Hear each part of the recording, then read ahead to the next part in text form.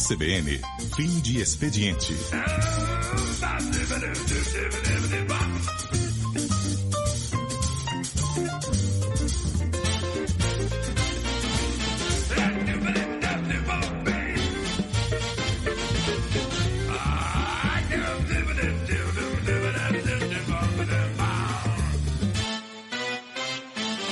Apresentação: Dan Stubach, José Godoy e Luiz Gustavo Medina. 6h34, começou! Está começando mais um fim de expediente diretamente de São Paulo. Vamos trazer as principais notícias da semana. A Copa do Mundo continua. Semana cheia de notícia no esporte. A Copa acabou para o Brasil. Neymar na Disney. Neymar está na Disney, minha gente, passeando num calor do cão. A Copa de Messi, a Copa de Mbappé e o Wimbledon é nosso, hein? Vamos fazer finais em todas as duplas possíveis e imagináveis nesse final de semana. Saiu as séries indicadas para o Emmy, falaremos disso. Música nova do U2, disco novo dos Rolling Stones. E uma convidada gringa, que está na gringa, vivendo um momento interessante, porque a Inglaterra ferve com a chance de título, hein? Por aqui temos Zé no Rio. Zé, eu vejo no Rio, estou vendo você, está entre nós. Fala, Teco, boa noite os ouvintes, boa noite, Wender, estamos por aqui.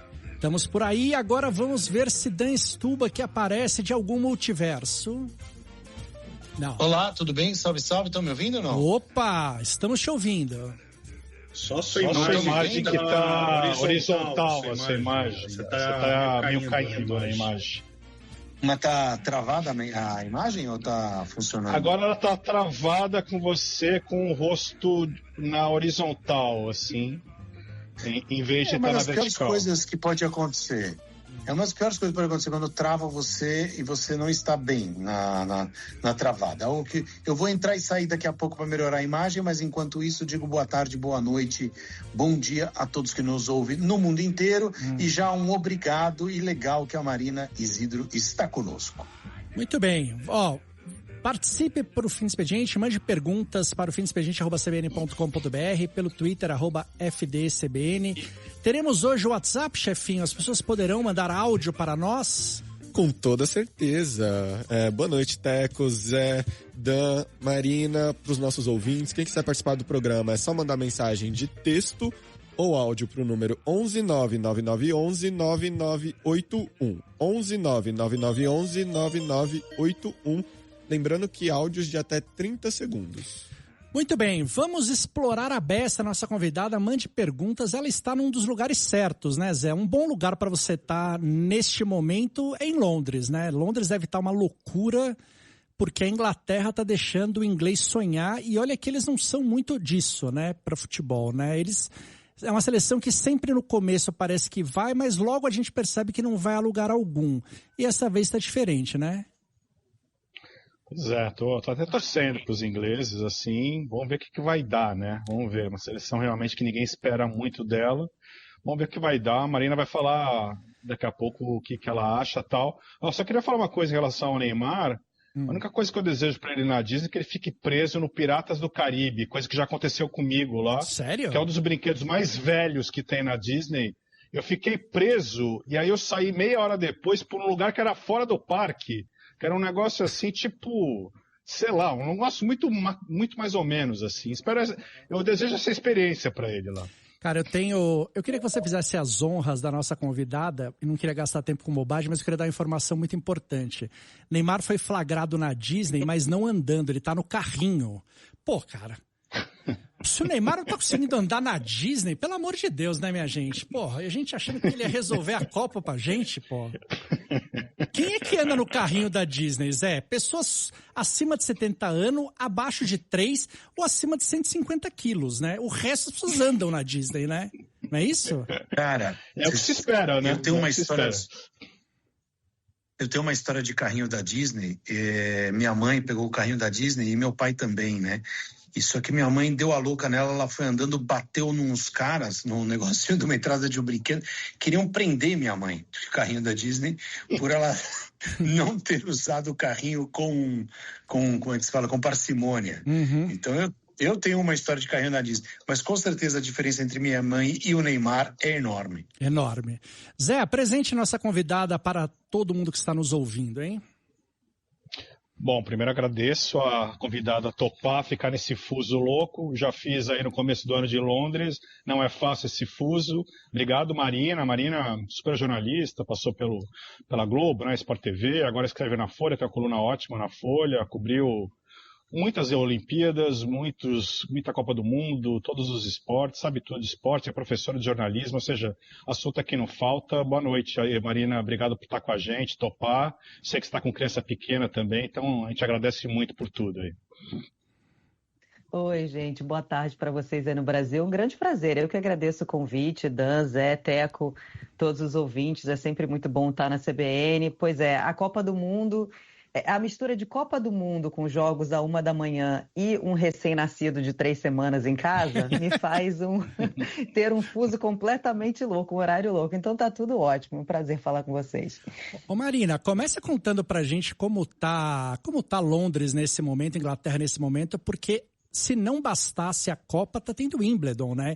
Que é sempre um evento aí na cidade, tem um verãozão também. Mas os ingleses eu imagino que devem estar loucos, porque a seleção da Inglaterra está impressionante, né? É curioso, né? Porque uma coisa curiosa que eu vejo agora é que a postura da seleção da Inglaterra mudou dos últimos anos que eu acompanho. Por quê? A gente sabe que o único título, o último e único da seleção inglesa foi em 1966, né? Ninguém se lembra mais, a gente tem várias gerações aqui de ingleses que nunca viram a Inglaterra campeã. Nos últimos anos, o time evoluiu, eles têm um timaço, né? Jogadores muito bons, então chegaram a finais de Euro, semifinal de Copa e tal. Mas eles sempre entravam, e eu acho que por causa dessa falta de título de tanto tempo, com um peso muito grande nesses torneios internacionais, principalmente Copa do Mundo. Então eles já entravam assim assombrados, né, com esse peso de ter que conseguir um título que não vem há tanto tempo. E eu percebo que essa mentalidade mudou nesse time. Eu não sei se foi a chegada do Tuchel, como vocês queiram chamar, mas ou realmente o comportamento desse time mesmo. Eu acho que eles estão aproveitando aquela palavrinha muito brega que a gente não gosta muito, que é a jornada, né? A jornada. Então, cada jogo, cada etapa, eu sinto que eles tiraram um pouquinho o peso das costas dessa obrigação de título, porque afinal de contas a gente agora tem 47, teremos, né, com essa Copa aumentada, 47 seleções que vão ser derrotadas e uma só vencedora. É muito difícil. E inclusive eu vejo que agora esse peso passou para o Brasil, né? É a seleção brasileira que agora está assombrada com esses títulos mundiais que não vêm há muito tempo. E os ingleses, por causa disso também, eles são muito desconfiados, né? Eles também usam outro termo aqui que eu adoro, que é cautiously optimistic. Eles são otimistas com muita cautela. Então, eles amam futebol, amam ir para o pub, vão sempre torcer pela seleção, mas sempre muito desconfiados. E a história vai mudando, né? Não está ajudando nessa Copa, eu acho que o fuso horário, porque os jogos são muito tarde, né? Tem sido muito tarde. Agora que a gente está chegando nas quartas de final e semifinais, que aqui na Inglaterra o fuso está mais amigo, mas os primeiros jogos foram 1h, né? Os pubs, inclusive, conseguiram uma licença extra para ficar abertos mais tarde, né? Porque normalmente fecham 23h. Mas é claro que eles ficam empolgados. Então eu vi mesmo assim uma mudança de agora mais bandeiras da Inglaterra na fachada das casas, nos pubs, as pessoas acompanhando mais, usando muita criança aqui com a camisa da Inglaterra, né? Gente usando a camisa em dia de jogo. Tá mudando agora sim. Vamos ver, né, até onde eles vão chegar. Dan, bola tua, eu queria te dar o espaço para você às 6h43 dizer, Teco, você tinha razão quando há 10 dias falou que a gente nunca viu uma seleção como a da França, e fazer sua pergunta para a Marina. Bom, Teco, antes de mais nada, eu queria dizer que você tinha razão quando você disse que a França... Cara, eu acho que... eu acho a França um desfile de talentos, cara. E como parece que eles nunca estão jogando o máximo que eles podem, né? Acho que estava muito quente o jogo com o Marrocos, e isso também fez com que o ritmo fosse mais lento. Mas mesmo assim, nunca parece que os caras estão dando o máximo. Sempre parece que eles parecem para mim como se o Flamengo estivesse jogando pra valer o Carioca, o Campeonato Carioca, entendeu? Jogando com o time titular pra valer. Então, o primeiro jogo é Flamengo e Madureira, é 5-0, mas podia ter sido 8. O segundo jogo é Flamengo e Bangu, é 4. Cara, não tem susto, parece muito fácil. Ontem, a gente nunca achou que a França ia perder um jogo nesse momento, na Copa. E tem uma coisa parecida com a Espanha de hoje, né? Que dominou o jogo da Bélgica. Também a Bélgica parecia um time pequeno, principalmente no primeiro tempo, enfim. São dois times muito melhores que os outros. Mas a Argentina tem a raça, a vontade, o Messi. E a Inglaterra, dessa vez, eu acho que está diferente das outras Copas. Concordo com a Marina. Tem não sei, um algo a mais ali, um espírito... de vontade. O que o Bellingham fez no último jogo foi maravilhoso, né? Que jogadorzaço. E eu sempre gostei do Kane, como todo mundo, mas agora estou gostando ainda mais. Também pegando bola em todo lugar e tal.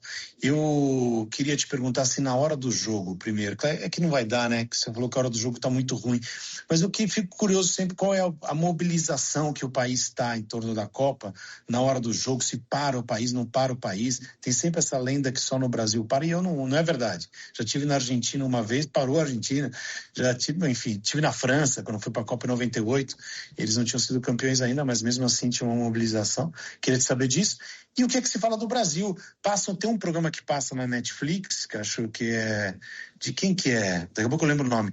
E eles sempre falam do Brasil com muito carinho e respeito. Qual que foi a impressão que a gente deixou por aí?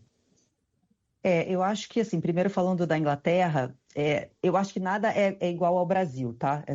Ou a Argentina, ainda mais, né? De país parar. Eu não vejo aqui que o país... até porque a Inglaterra não chega a muitas finais, né? Então, assim, mas e a gente teve a questão do fuso horário, realmente dessa vez, né? O primeiro jogo foi tarde, o último jogo da Inglaterra foi 1h. Eu acordei no meio da noite, assim, para ver, mas tinha até a possibilidade do jogo mudar, né? Teve aquela questão da possibilidade de tempestade, do jogo ser ajustado para mais cedo, acabou não acontecendo. Mas agora que os próximos jogos são tipo 8h aqui, é claro que está todo mundo empolgado, né? Os pubs abertos até mais tarde, você tem aquelas fan zones, né? Lugares para os ingleses assistirem às partidas. Eles adoram, eles amam futebol. Eu acho que se os jogos fossem mais cedo, eu acho que talvez a gente veria mais... manifestações na rua, mas está todo mundo vendo, sem dúvidas. As pessoas são completamente apaixonadas por futebol aqui e acho que a Inglaterra tem toda a condição de passar da Noruega. Então, tem condição de vencer a Argentina. A Argentina não está passando uns apuros, né? Está passando ali na raça, mas tem o Messi, mas não está... Se fosse seguir a lógica, a gente tem muita chance de ter uma final França e Inglaterra, né? Exato, tem. Até porque a Argentina, na verdade, teve o caminho mais fácil de todos os tempos. São eles que estão complicando, né? Mas o caminho é muito fácil. Exato. E agora contra a Suíça, sim, se não acontecer nada de muito grave, vão passar. Mas a Inglaterra tem chance, uma chance muito grande também, acho. Ser uma final França e Inglaterra. E aí sim, eu acho que aí o país para e a final seria 8h daqui. Perfeito. Perfeito, num domingo, sabe? Tem inclusive um papo de talvez ser feriado, se a Inglaterra ganhar a Copa, botar um feriado na segunda-feira. Bom, vai ser de um jeito ou de outro se ganhar, né? Vai ser de um jeito ou de outro. Vai estar todo mundo... A real que o inglês adora beber, né? É só um motivo para poder beber. Exato, não. E aí vai ser uma ressaca tão grande que vai todo mundo dar um jeito de fazer um home office, né? No dia seguinte. Agora, sobre o Brasil, eu acho que, olhando de fora, né? Agora eu até me considero uma pessoa olhando de fora, né? Estou há 9 anos aqui e, claro, acompanho tudo que acontece no Brasil, mas eu acho que eu consigo ter um olhar um pouco de fora. E eu acho que o olhar da imprensa internacional foi muito mais realista com o Brasil, sabe? Todo mundo sabia dos desfalques, né?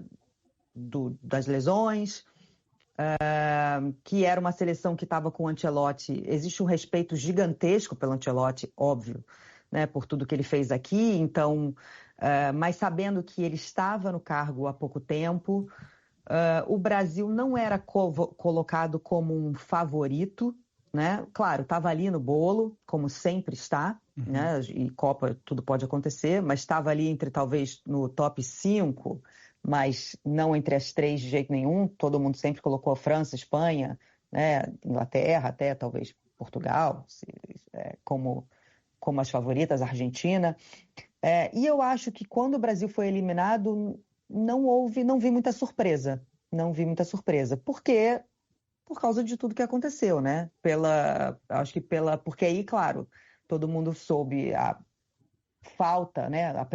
O tipo de preparação ou a falta dela nesse ciclo de Copa, as escolhas que foram feitas de convocação, de escalação, e eu acho que eles vêm de uma forma muito realista, sabe? Eu não fiquei chocada, não acho que houve um grande choque, não. Eu acho que existe agora uma grande constatação de que o Brasil não está entre as grandes potências do futebol mundial nesse momento, que precisa fazer ali uma busca interna, uma renovação e mudar. Eu acho que eles vêm de forma bem realista, sabe? Essa eliminação do Brasil. Ô Marina, se tivesse uma final França e Inglaterra, seria equivalente a um Brasil não sei se é Brasil e Argentina, mas talvez um Brasil e Uruguai, assim, países muito próximos que disputam coisas. Talvez um Brasil e Argentina seria um Inglaterra e Alemanha, né? Inglaterra e Alemanha? Não sei, você que sabe. Pelo histórico. Já teve guerra com todo mundo aí, né? Guerra, pois é, exato. Exato. Talvez talvez um Brasil e Uruguai da vida, se bem que o Uruguai também hoje em dia, né? Mas pode ser, são rivalidades muito fortes, né? É uma rivalidade europeia fortíssima. E aí eu, obviamente, torceria pela Inglaterra, né? Zé? É engraçado, né? Que seria uma final que teve muita chance de acontecer em 2018, né? A Inglaterra acabou caindo para a Croácia e teria sido a final ali, né? Seria uma possibilidade. Ô Marina, você tá falando a coisa do Brasil, né? Essa coisa do respeito que o Dan falou, né? Eu sempre lembro do Fever Pitch, né? A Febre de Bola, do Nick Horby, né? Que é um livro sobre o Arsenal, né? Que o único texto que tem nesse livro que não é sobre o Arsenal é sobre a seleção brasileira de 70, né? Só para mostrar, assim, o interesse dos ingleses pelo Brasil. Você que dá aula em escola de jornalismo e tal, assim, eu sempre, né, leio jornais ingleses, agora até o próprio New York Times com o Athletic. O jornalismo esportivo tem outro peso em termos de texto, assim, né? Você vê textos longuíssimos, como um assunto sério mesmo, assim, que valem desenvolvimento, apuração, equipes trabalhando. Como você vê essa diferença? Porque o jornal hoje impresso no Brasil é uma coisa muito, muito rápida, né? São textos curtos, assim, de um consumo mais imediato, assim. Se perdeu essa capacidade de reflexão mais ampla no impresso. Como que você vê isso aí na Inglaterra? Se isso se mantém, como você vê? Pois é uma pena, né? Isso acontecer no Brasil, assim. Aqui não, sim, aqui existe um respeito. Eu diria que os profissionais mais respeitados são os de jornais. Assim. Tanto que, por exemplo, eu já fui em cobri vários eventos coletivos de futebol e tal, em que eles têm prioridade. E são assim, são os jornais de domingo, né? E os jornais semanais, porque você tem equipes que trabalham para o mesmo jornal, mas ele tem edição do domingo, né? Então, assim, tem o Times e o Sunday Times. Tem o Mail e o Daily Mail, Mail on Sunday. Então, você tem um respeito muito grande por esses profissionais, exatamente isso, pela escrita, pela apuração, os furos, né? Muitas vezes saem desses profissionais, muitas páginas, os jornais esportivos, os jornais aqui, né, ainda tem cadernos esportivos enormes, quase todos, e a gente está falando de, sei lá, 5, 6, 7 publicações diárias, com cadernos de esporte. Então existe sim, é claro que também existe um respeito pela televisão, mas é um pouco diferente, sabe? Eu acho que a televisão é aquilo do mais imediato, tem apuração também, mas existe um respeito pelo texto, sim. Com relação aos meus alunos, é engraçado, né? Porque tem muita gente que ainda quer trabalhar em site, em jornal, e a gente estimula muito isso, né? Porque você precisa, claro, desenvolver o seu senso crítico, o seu senso jornalístico, apuração, né? Checagem de fatos, nada é mais importante do que a sua credibilidade. E eu tento ensinar muito para eles, ou mostrar para eles, todos nós, né?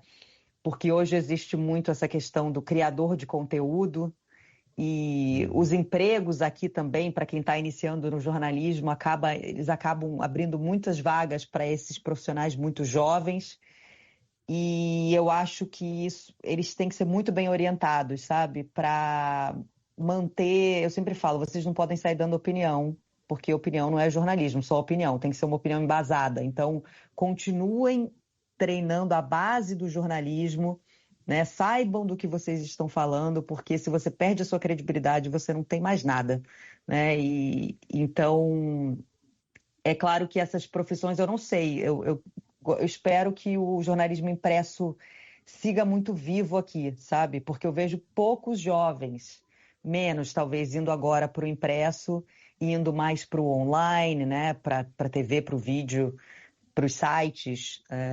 E claro, o jornalismo está mudando também, né? Todo jornalismo se adapta, né? Para essa nova realidade, para as paywalls e para as versões online. Todo jornalista jovem, a gente, né? Todo mundo tem que ser muito versátil. Mas a cobertura do futebol aí é diferente da daqui, você acha? Assim, uma época tipo Copa do Mundo agora, tem infinitas mesas redondas e discussões. É diferente o modo que o jornalismo é feito aí do que aqui? Eu acho que é por uma questão, falando de TV, é uma questão de transmissão, né? A gente tem duas das principais TVs abertas transmitindo a Copa do Mundo com direito de transmissão, que são a BBC e a ITV, e eles encaixam aquilo dentro da sua programação. Então você tem, sei lá, um pré-jogo de entre meia hora e uma hora, e um pós-jogo ali, né? Então tem outros canais que são só de esportes, que são a Sky Sports, que é um canal de 24 horas, eles não têm os direitos de transmissão, mas eles passam o dia inteiro falando de Copa do Mundo. Os sites também, então tem uma cobertura bem extensa, mas claro, se adaptando aos, de novo, direitos de transmissão, né? A BBC encaixa na sua programação. Mas os canais esportivos falam o dia inteiro de Copa do Mundo, sim, sem dúvida. Muito bem, vamos pro intervalo? É bom morar em Londres, Marina? É maravilhoso morar em Londres. Tirando o céu nublado no inverno e agora que tá um calor desgraçado, que eu falo que tá 30 graus, as pessoas no Brasil falam, mas 30 graus, imagina, isso não é nada. Aqui é um horror, porque ninguém tem ar-condicionado em casa, eu tô aqui com ventilador. Essa criança recém-nascida é sua? Meu filho, Daniel. Parabéns. Porque eu vi que também você correu uma maratona. Uma maratona, um filho, o que mais falta? Falta escrever um livro, né? Plantar uma árvore. Não é isso? Plantar uma árvore. Eu já plantei. Eu plantei uma árvore. O mais fácil dos desafios é a árvore, né? A árvore é mais fácil. Eu já plantei várias plantinhas. Uma árvore ainda não, mas acho que falta o livro. Inclusive, teve uma época que eu já comecei e parei no meio, que era com as histórias de correspondente. Quem sabe eu retomo, né? Boa. Vamos para o intervalo, Repórter CBN, e voltamos com Marina Isidro, diretamente de Londres.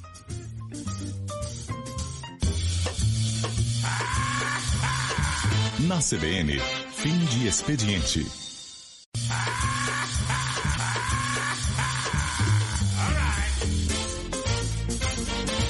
Na CBN, fim de expediente.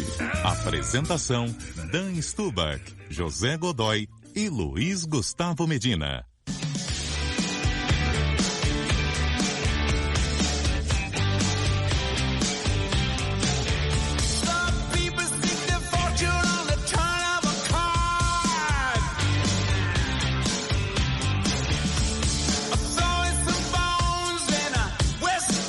Estamos de volta, hein?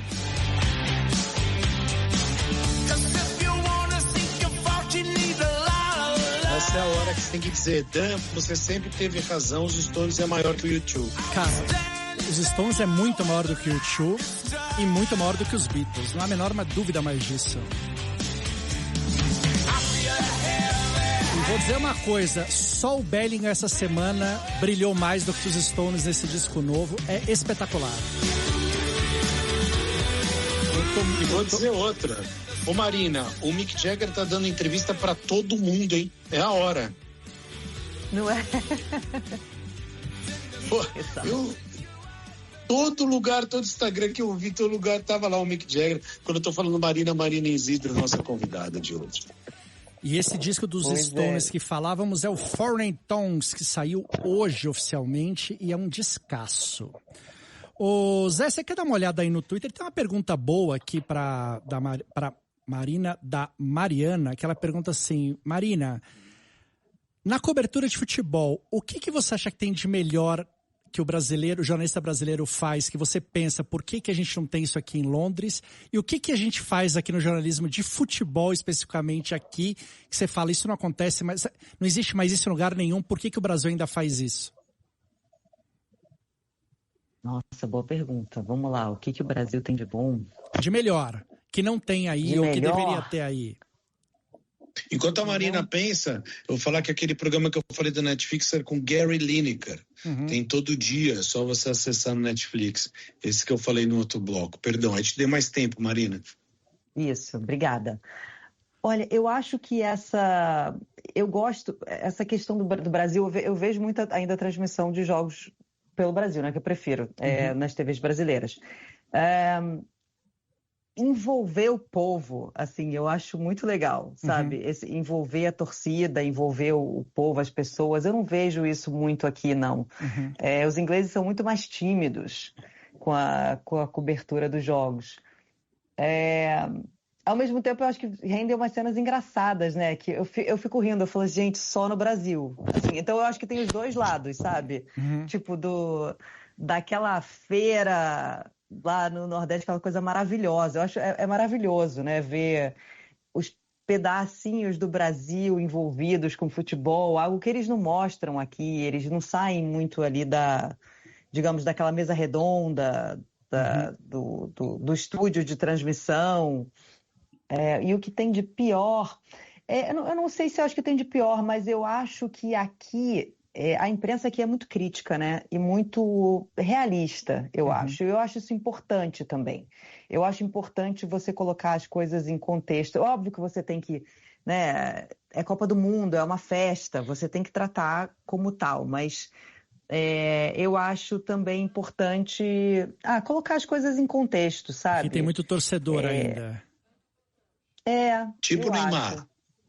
O caso Neymar, você achou um grande exagero da gente aqui? Em relação a quê? Exagero em quê? Em relação à expectativa, em relação a tudo criado em volta dele. Porque imagino que com um olhar mais distante, tudo, enfim, fica bem diferente, né? Aqui a emoção, a política, tudo entrou em jogo, né? Exato. Não, sim.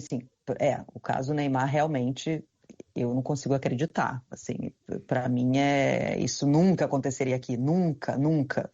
Eu acho que nunca haveria campanha por um jogador que claramente, né, não estava em condições de ajudar a seleção nacional.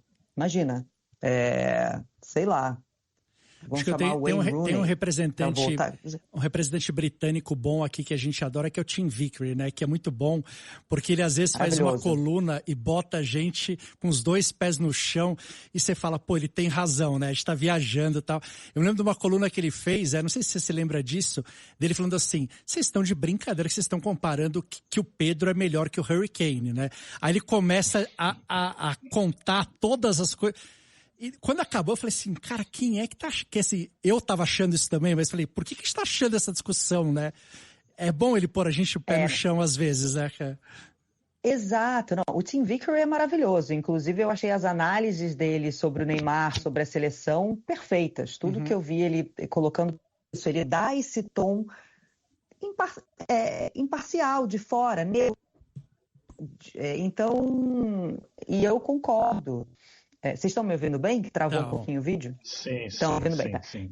Então, assim, eu concordo com tudo que o Tim Vickery falou pós-eliminação do Brasil, sabe? E eu acho que o caso do Neymar é certamente muito emblemático. Aqui isso nunca aconteceria de forma nenhuma. Na minha humilde opinião... E agora ficou mudo, Calma que seu áudio ficou mudo, 1 minuto. Ficou mudo? Agora voltou. Voltou? Agora voltou. Voltou? Ah, tá. Então, acho que sim, não. O caso Neymar é muito emblemático, exatamente, de uma festa que foi feita em torno de um jogador que nem deveria ter ido, na minha humilde opinião, para a Copa do Mundo, porque não pôde ajudar de forma alguma. Isso nunca aconteceria aqui. Então, às vezes, eu acho que falta isso mesmo. Assim, eu acho que você não é porque você criticar por criticar, mas analisar. Você colocar analisar as coisas como elas são, não como a gente gostaria que elas fossem, né? Ô Zé, quer dar uma geral aí no Twitter ou mandar uma para a Marina? Vou mandar um abraço aqui para o Eduardo Coutinho, falando que a Copa de 2030 vai ser dos super técnicos, né? Ancelotti, Klopp, Jorge Jesus um pouco menos, né? Evelyn, o Jesus entra nessa categoria, assim, né? Da nossa leitura sobre o tamanho do Jesus, né? Pensando no futebol global, né? Evelyn Gasperini. Mas ele foi hoje, Zé. Zé, perdão, desculpa te interromper, mas só vou aproveitar. O Jesus estava no top do Twitter hoje o dia inteiro, no Twitter X. Por causa e no Instagram também, então por causa da declaração dele do Neymar, né? Falou que já trabalhou com os dois dos melhores do mundo, Ronaldo e Neymar, e que ele chegou pro Neymar e falou, este acabou. Aí virou um auê de novo tudo isso. E eu acho que, desculpa interromper, que eu acho que as pessoas têm muita dificuldade de aceitar também críticas, né? Aceitar. Gente, é uma realidade, cada um tem direito à sua opinião, mas não. Marina, a Copa tem sido bem acho bem boa no ponto de vista esportivo. A gente tem tido vários jogos interessantes, os principais jogadores estão fazendo performances incríveis e tal, mas essa semana a gente teve um fato muito grave, né, do ponto de vista político, que eu não me lembro nada parecido. Por mais que a gente tenha conheça, né, historicamente toda a corrupção que envolve a FIFA, nunca tinha visto algo tão explícito de um presidente do país sede pedir uma coisa e ser atendido no minuto seguinte. Em termos da repercussão disso na Inglaterra, a Inglaterra está até com o jogador suspenso, que pegou 2 jogos agora, eu vi que muita gente está falando disso, né, porque que ele pegou 2 e não 1, mas como foi a repercussão disso? Porque realmente os europeus são os únicos que estão vocalizando o horror da situação, né? Porque as outras confederações são muito coniventes, porque elegem, né? O Infantino, depende do dinheiro do Infantino. Aqui na América do Sul é absolutamente absurdo, né? Porque ninguém falou absolutamente nada. Como foi a repercussão aí na Europa ou na Inglaterra, mais especificamente? Eu acho que desse caso, sim, claro, grande, né? A gente está falando do jogador americano, né? Que foi expulso e o Gianni Infantino recebeu um telefonema do Donald Trump dizendo que nem sabia, né, que tinha cartão vermelho, mas que isso achava isso um absurdo e tal. Mas há muito tempo essas posturas do Gianni Infantino estão sendo duramente criticadas aqui, né? Porque a gente vê claramente também uma mudança, né, na relação da FIFA com um país sede, algo que eu não me lembro de ter acontecido. Teve nos últimos vários anos. absurdos pré-Copa, a história do Irã não poder entrar nos Estados Unidos, mudar o uniforme do Haiti, teve um monte de barbaridade ali, né? Assim, a forma como o Irã foi tratado, a seleção do Irã, tendo que voar todos os dias do México para os Estados Unidos para jogar, sem parte da sua comissão técnica, que não teve visto, um absurdo, começou desde o início, né, do troféu Prêmio da Paz, né, que o Infantino deu para o Trump lá em dezembro no sorteio das chaves, né, porque o Trump não gostou de não ter ganho o Nobel da Paz. Teve a FIFA abrindo um escritório na Trump Tower, em Nova York. Claramente, essa Copa sempre pareceu só dos Estados Unidos, os outros anfitriões, os outros presidentes totalmente escanteados. E é uma mudança de postura da FIFA com relação a anfitriões anteriores, né? A gente teve o nosso caso no Brasil. Normalmente isso é normal. Você ganha o privilégio, né, de sediar a Copa do Mundo ou Jogos Olímpicos, chegam lá a FIFA e o COI com o seu livro de regras falando, é aqui, vocês têm que se adaptar. E assim acontece normalmente, né? Com os Jogos Olímpicos isso também já está mudando. Já mudou. Mas com a FIFA não tinha acontecido.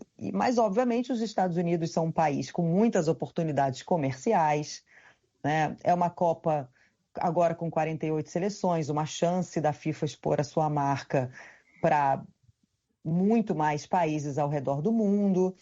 Né? A gente teve também, enfim, questões para os torcedores, os ingressos, né? Com aquele preço variável. Tudo isso, nada disso passa batido aqui. Aqui existe uma crítica séria com relação a isso. E aí é que eu acho também a questão do contexto de você ser crítico. Não é porque a Inglaterra está na Copa do Mundo e todo mundo aqui precisa vender jornal e ter audiência na TV que você não vai criticar o evento.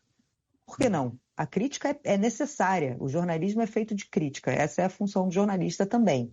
Então eu acho isso uma coisa que vejo que falta no Brasil e que eu admiro aqui. Acho que até às vezes eles até batem demais, eles até exageram um pouco. Mas é uma questão da essência do jornalismo aqui, sabe? Você precisa, quando é pertinente, criticar, sim. Sim. E aqui eles têm falado muito, muito sobre todas as questões envolvendo a FIFA e o Trump. Dan, bola tua. Uma outra coisa para a gente deixar passar batido, chamou a atenção de vocês, surpreendeu vocês, a seleção da Inglaterra ter acolhido como música para eles, como hino deles, a música do Oasis, né? Tem sido uma grande festa ali no final do jogo com a torcida. É natural, normal? Eu confesso que eu achei legal, mas falei, será que... Não sei como aconteceu, mas achei curiosa ser uma música do Oasis. É o Wonderwall, né? É o Wonderwall, sendo que o vocalista do Oasis não torce pela Inglaterra. Parênteses rápido. Não torce? Pois é. Não, então, mas o Oasis, os irmãos Gallagher são muito... Eles fanáticos pelo City, né? Fanáticos pelo City, exatamente. Eu achei curioso também, mas legal. Eu prefiro o Wonderwall do que Sweet Caroline, né? Nossa, que eu não aguentava mais. Então, 1000 vezes Wonderwall. Eu acho demais quando tem essa relação jogador-torcida, né? No caso da Noruega, é a mais legal de todas, que é a da remada, e a da Inglaterra a gente tá vendo agora, e da Argentina tanto faz qual seja, porque é o tempo todo, né? Acho que são os 3 times com a maior ligação, é tão bacana, faltou isso pra gente também, né? Eu acho que tem a ver com a elitização da Copa, a dificuldade das pessoas de conseguirem ter grana para estar lá, enfim, aí tem um monte de discussões interessantes. Eu ia te perguntar, Marina, talvez um pouco fora do que a gente está conversando aqui, no mundo cultural, o que está rolando em Londres? Eu sei que o meu ator preferido, o Ian McKellen, vai estrear um Rei Lear daqui a pouco, o que já me dá muita inveja de não estar aí. Mas você sai, você assiste coisas, o que é que está se falando? Tem um filho de 3 semanas da Stuba, que ela tá imobilizada. Cara, quando eu tive filho... Copa do Mundo, ela tá respirando, ela já tá feliz já. Não, mas tudo bem, antes de ser, vamos retroativar. Ela nem ao banheiro ela vai, Stuba. Não, na verdade, o tempo todo, tadinha. Mas enfim, então conta, assim, dos que você gosta, o que você gostava gostando mais de fazer. Conta da sua vida, como ela era. Como era a sua vida antes? Então, e do que as pessoas falam? Assim, olha, eu ia museus... E qual a série do momento aí, sabe? Qual que é o filme do momento? Qual que é? Vamos lá, exatamente. Muito obrigada, Teco. Realmente é verdade. Eu estou atrasada nas questões culturais, tá? Porque a minha vida agora é trocar fralda e ver jogo de Copa do Mundo. Mas, nossa, pensando assim, é que tem tanto... Londres é uma cidade com tudo absolutamente que você pode imaginar, né? Então tem quem é mais do teatro, tem quem é mais dos filmes, das séries, dos museus. Eu gosto muito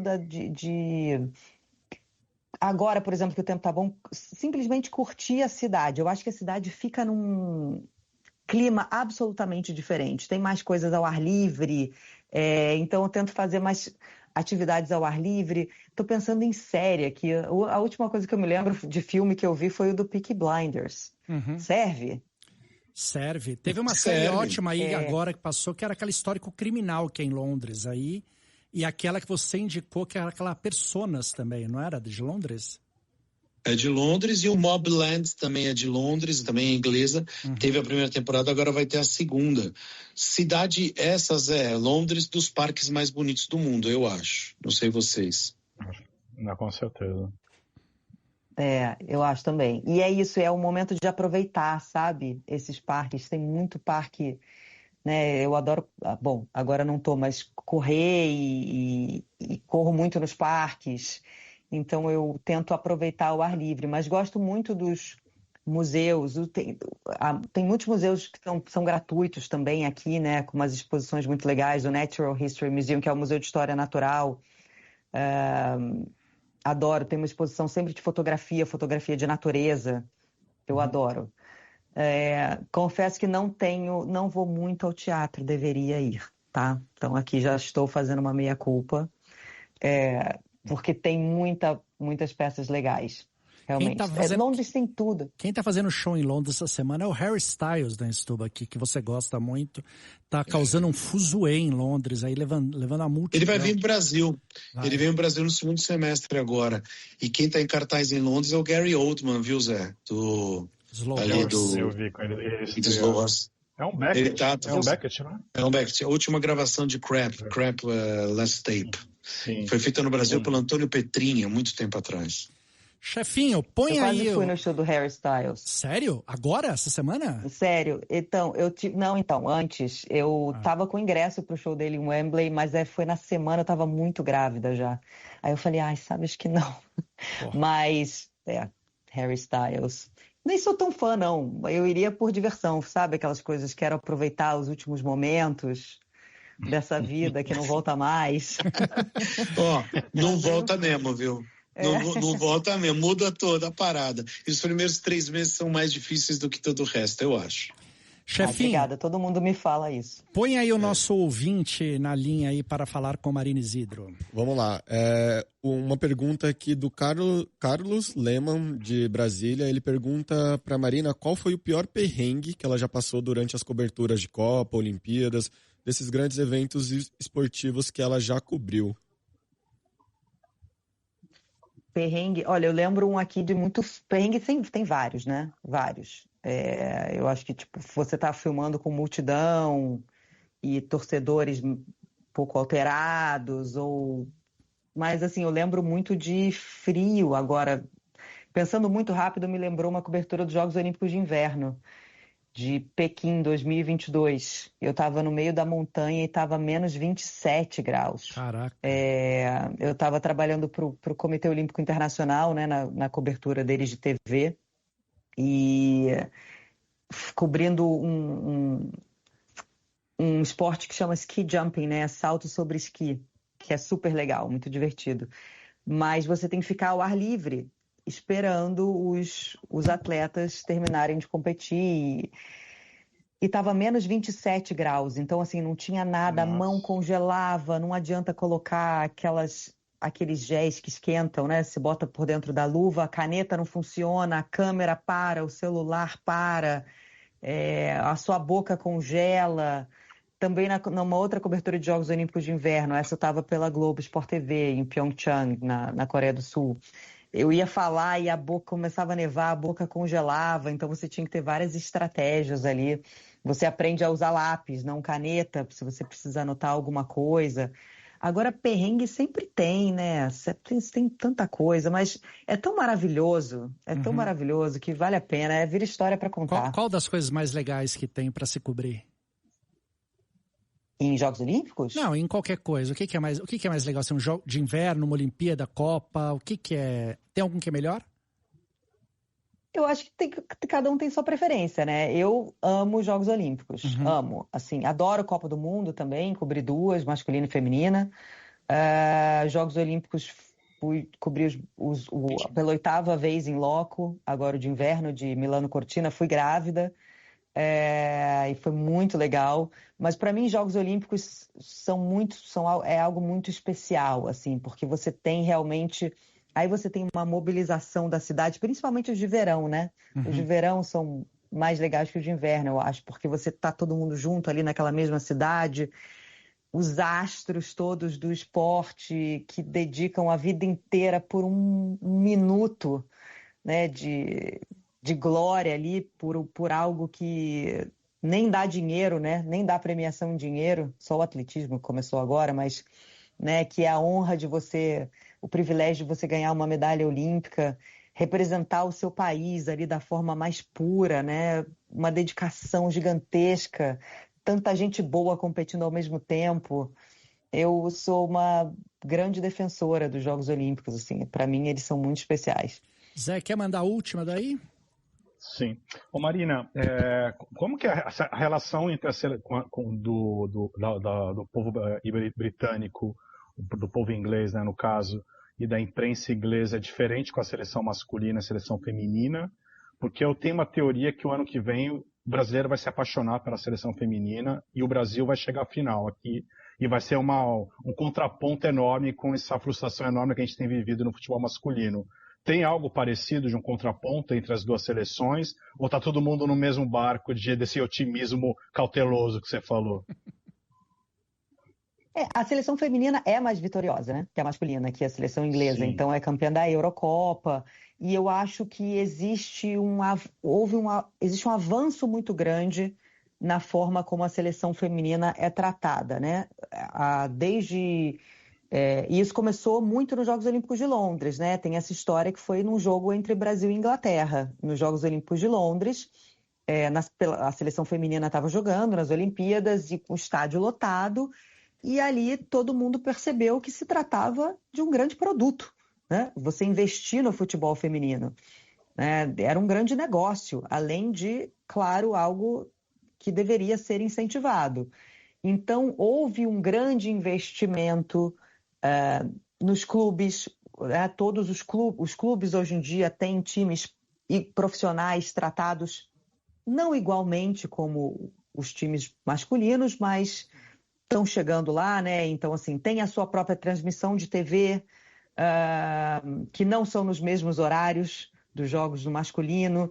Aqui existe um público que vai aos estádios assistir a seleção feminina. Eu já fui assistir clubes femininos e é muito tranquilo, né? Você ir de transporte público e voltar, tem muitas famílias. Então, assim, existe um tratamento, uma visão, eu diria, muito avançada. As pautas das quais se tratam, das quais se falam aqui, quando a gente fala de esporte feminino, são muito mais avançadas. A gente fala de licença maternidade, de cor do calção, porque isso pode afetar o desempenho das atletas que estão em período menstrual, coisas que eu ainda não vejo a gente falando no Brasil, mas aqui é muito comum, sabe? Você já avançar um pouco nessas pautas.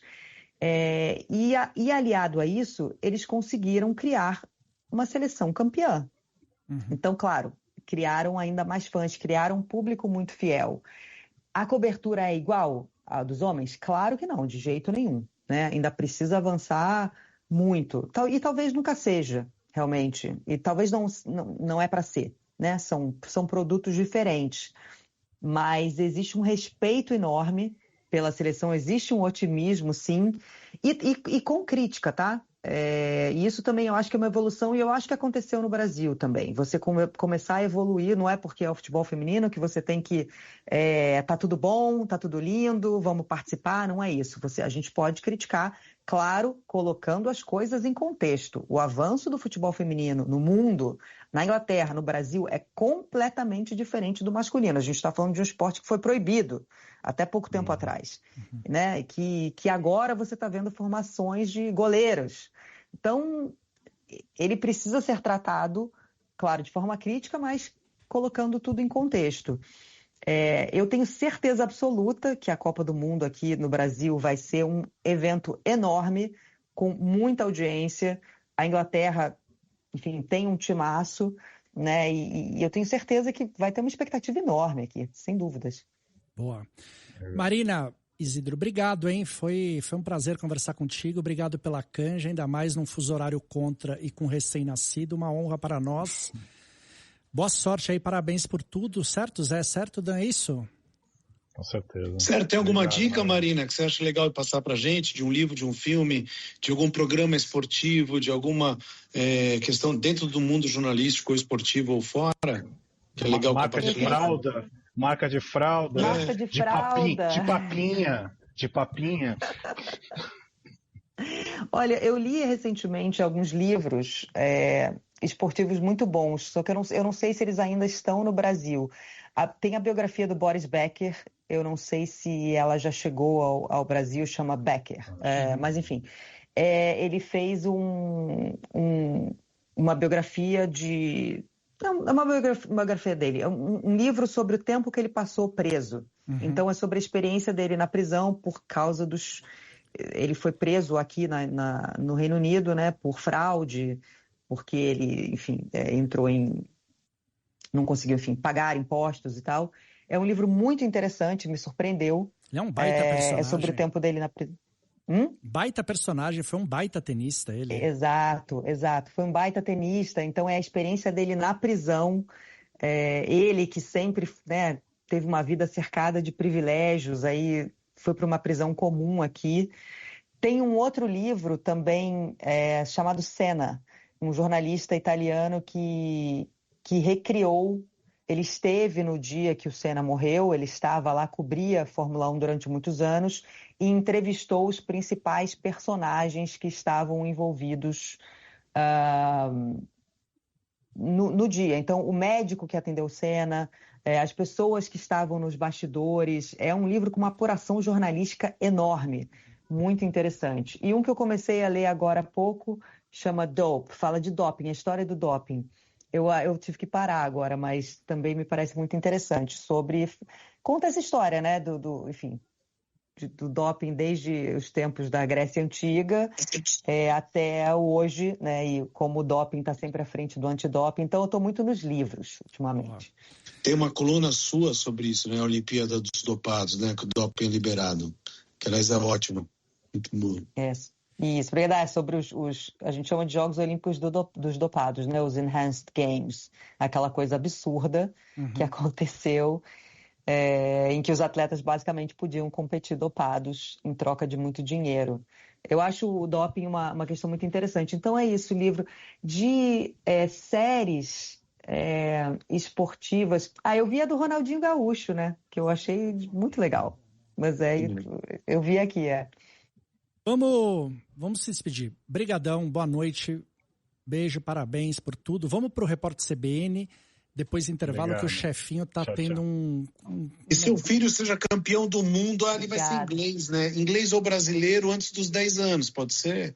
Pois é, então, ele tem duas camisas aqui, tá? Da Inglaterra e do Brasil. Estávamos torcendo igualmente. Veremos. Gente, muito obrigada. Foi um prazer enorme falar com vocês. Valeu. Quer o seu carro brilhando como novo? Grand Prix entrega proteção e um brilho imbatível. Dê ao seu carro o cuidado que ele merece. Garanta o seu agora.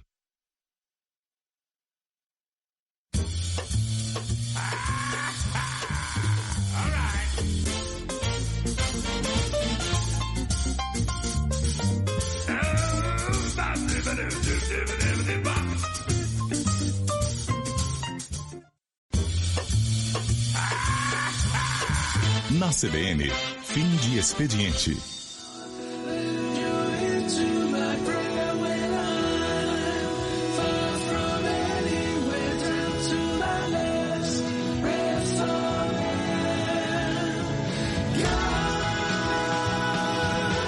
Estamos de volta.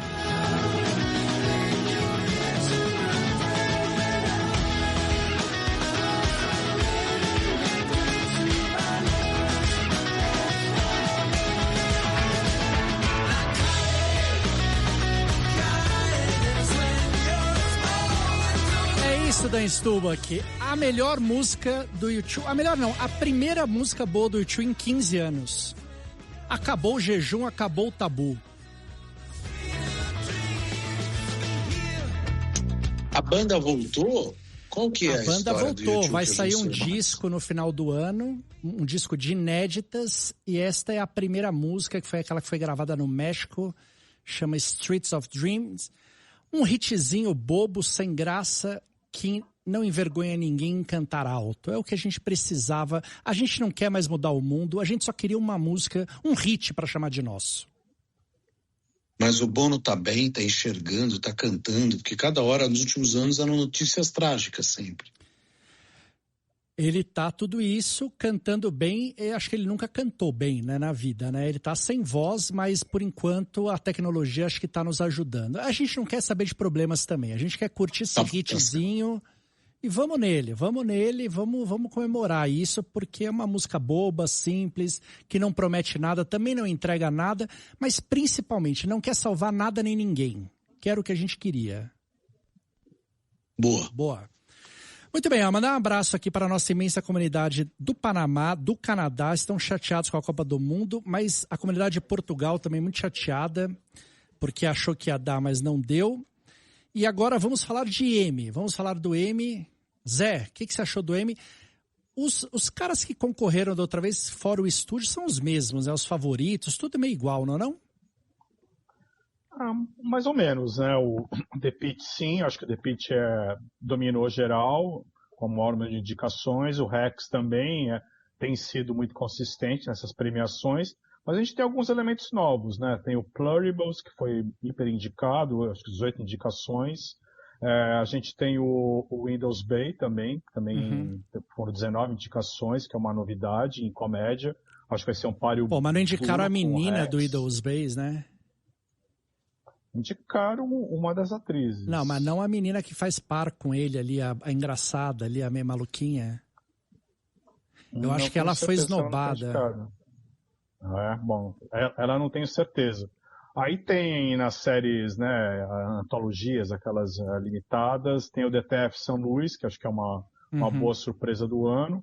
O Treta, que é uma série mais ou menos, mas com muito público, tá também bastante indicada nessa categoria. Tem coisas curiosas, né? A Jean Smart, se ganhar pelo Rex como atriz, vai ser o recorde, vai igualar a Julia Dreyfus e mais uma atriz como a maior vencedora numa categoria. O Jason Bateman e o Matthew Rhys estão indicados para 2 categorias diferentes. Eles podem sair com ganhar 2 vezes como atores em categorias diferentes. Cara, eu vou te falar. É curioso. E o Matthew Rhys, para mim, merece nas 2, inclusive. Pois é, na série limitada, a série que ele faz, né? A Fera em Mim, a The Beast in Me, né? O Monstro em Mim. Está indicada também. O Monstro em Mim, exatamente, é mais uma das boas indicações nessa categoria. Acho que vai ser legal, acho que vai ser interessante pra gente ver. Pô, pela metade, o co-protagonista não foi indicado, que eu acho que fez um trabalho monumental. E a série que só eu e Dan Stuba que vemos, ficou provada que realmente só nós 2 vemos. É inacreditável que Industry não teve uma única indicação, nem pra atriz, cara. Uma loucura. Foi uma página do New Yorker falando disso. Sério? Falando que Industry é a melhor série do ano e foi esnobada nos Emmys. Então não estamos sós nessa revolta. Eu acho que também me surpreendeu a não indicação da Michelle Pfeiffer em 2 categorias. Ela foi indicada em uma, né? Porque ela é protagonista de uma série que é muito bonita. É muito triste, mas muito bonita. Agora me fugiu um nome, que é o nome de uma cidade, está no Prime Video, acho que é da Paramount Plus, e a outra é o Margot, que ela está indicada como atriz coadjuvante. E o Ethan Hawke, que eu achei que ia ser indicado por aquela... Qual o nome em português? Verdade. Nem a série, Nem que a é série, muito que boa é também. ótima, é verdade. Exato. Então, essa série é da Disney, né? A do Ethan Hawke, eu acho. Enfim, a gente pode pegar esses nomes, mas eu lembro que foi isso que me surpreendeu ali na hora. Ô Zé, mas o Hax e o... Ela tá indicada sim, viu? Ela tá indicada no Windows Bay, aquela engraçada que faz com ele, e aquela senhorinha mais velha que também trabalha lá com o prefeito, também tá indicada. As 2 estão em coadjuvante. Aproveita que você está com a lista aí, Zé. A Michelle Pfeiffer foi indicada pelo Margot só, né? Eu falei correto, né? E não foi indicada como protagonista. E o trabalho dela é muito bonito. Coadjuvante em série de comédia. Mas tudo leva a crer, Zé, que vai dar Hax e The Pitch de novo, né? Assim, vai ser vão varrer ali, né? Cara, acho que a Margot pode levar alguma coisa. O pluribus, né? Mas o pluribus... Enfim, eu não acho que o pluribus não vai ganhar do The Pitch. Eu acho que o The Pitch é muito dominante, assim. Eu acho que eles acertaram um gênero que as pessoas piram nos Estados Unidos. Acho que ele não perde. Eu acho que o Rex vai ganhar também porque acabou a série. Eu acho que vai ser uma forma de celebrar uma série muito importante, né? Uhum. Embora eu acho que o Windows Bay fez um barulho essa temporada. Uhum. É o maior número de indicações, né? O Rex é o recorde da história em comédia, o Rex. 24 indicações. Uhum. Mas eu acho que o Windows Bay pode levar algumas de atuação. Acho que ele não vai ganhar a melhor série, mas acho que o Michael Reeves vai ganhar e alguma outra coisa pode levar também. E aquela tradicional série, aquelas séries que de última temporada, Stranger Things, Euphoria, o The Boys e outras, todas passaram em branco, não foram nem lembradas, dançaram. Pouquíssima indicação. Agradeço aqui de público, como representante do público que não acompanha a The Bear há muito tempo, o trabalho maravilhoso que você fez, Teco, de tirar isso da vida das pessoas, e o M só referenda que você está completamente correto, que é uma série para ser abandonada de vez. Cara, é a série mais superestimada da história. Ela é linda, a fotografia dela é linda, é uma obra de arte. Quando você espreme a história, é um desperdício dos personagens e fim, cara. Essa quinta temporada é muito ruim. Realmente, eu que sou o último defensor do Urso, devo dizer que essa quinta temporada é só com muito esforço, só realmente sob tortura. Agora... Mas ela não é pior que a terceira e a quarta, não? Que aí eu consegui assistir, foi tudo bem. A terceira acho que era mais fraca, a quarta foi ok. A quinta não dá, a quinta não sai do lugar. Agora, eu ia comentar que o meu voto iria para o Gary Oldman, indicado provavelmente pela última vez, né? Porque deve acabar o Slow Horses. Seria lindo ele ganhar, né, Zé? Não, tem mais uma, a temporada já tá feita já. Mas ele sempre tem que ganhar. Ele tem que ganhar sempre, que eu acho que ele é incrível. Agora, pra gente ver como o prêmio é contestável, no jogo da França, quem é 2 vezes campeão bola de ouro é o Dembélé, e o Mbappé nunca ganhou nada. E olha os caras jogando. É isso. Vamos pro intervalo, voltamos com as dicas da semana. Avisar você, viu, Zé Godoy, que o Brasil vai ganhar duplas femininas em Wimbledon. Luiz Stefani, a nossa atleta Grupo Fim de Expediente, favoritíssima ao título. E o Brasil está na final juvenil, masculino e feminino de duplas também, com os 3 fenômenos que estão surgindo aí do tênis. É isso. Vamos para... E Djokovic caiu fora, infelizmente. Vamos para o intervalo, voltamos com as dicas.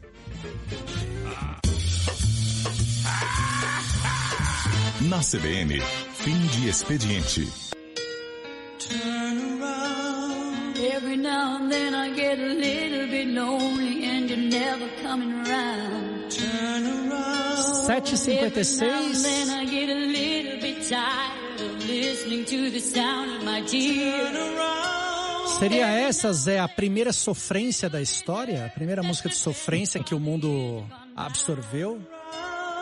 Olha, eu não sou capaz de afirmar se foi a primeira, mas foi uma das mais determinantes para o gênero vingar, cara. Essa música tá nos 300 filmes, né? Tá. É uma música que me ganhou com o tempo, que eu briguei contra ela, em algum momento eu sucumbi.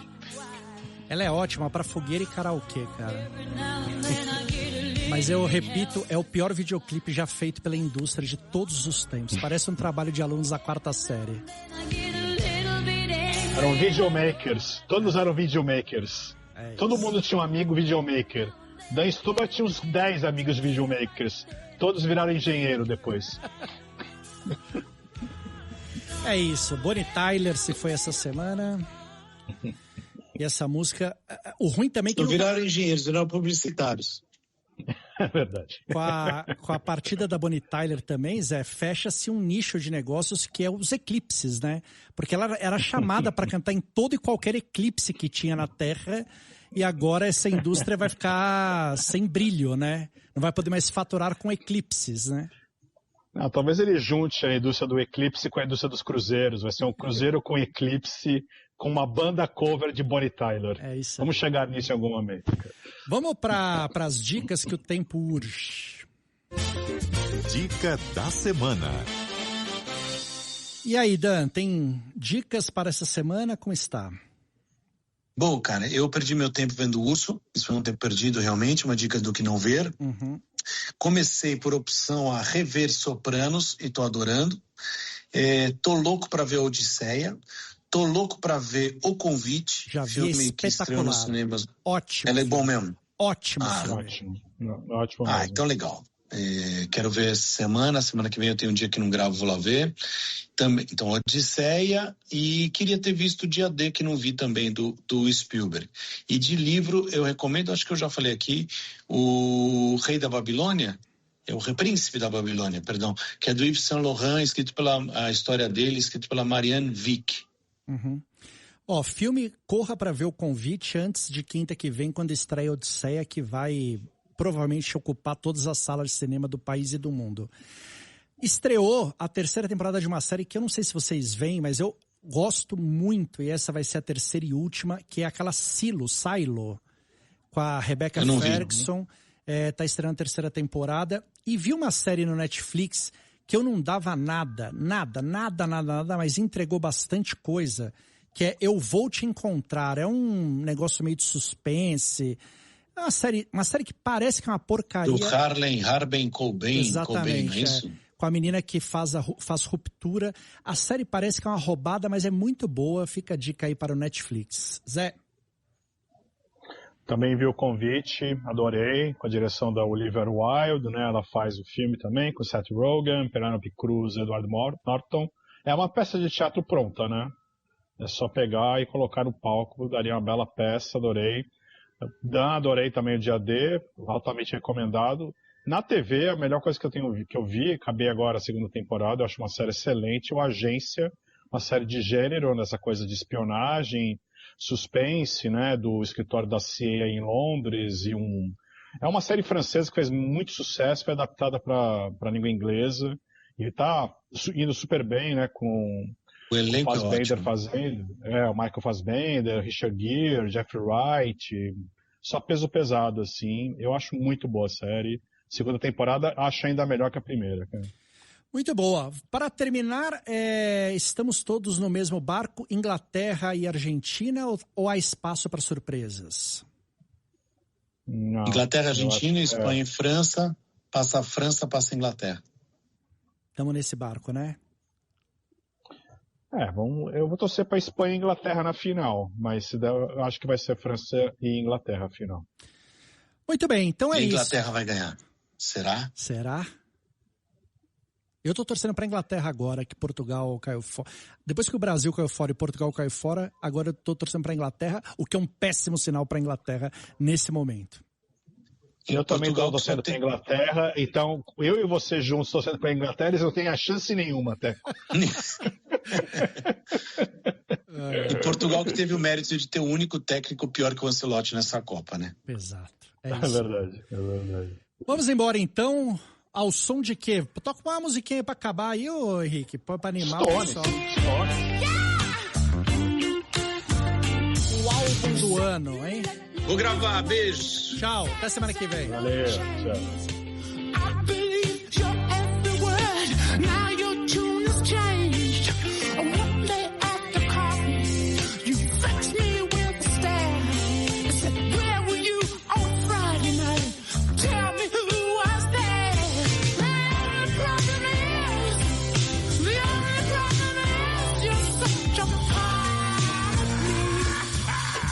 Na CBN, fim de expediente.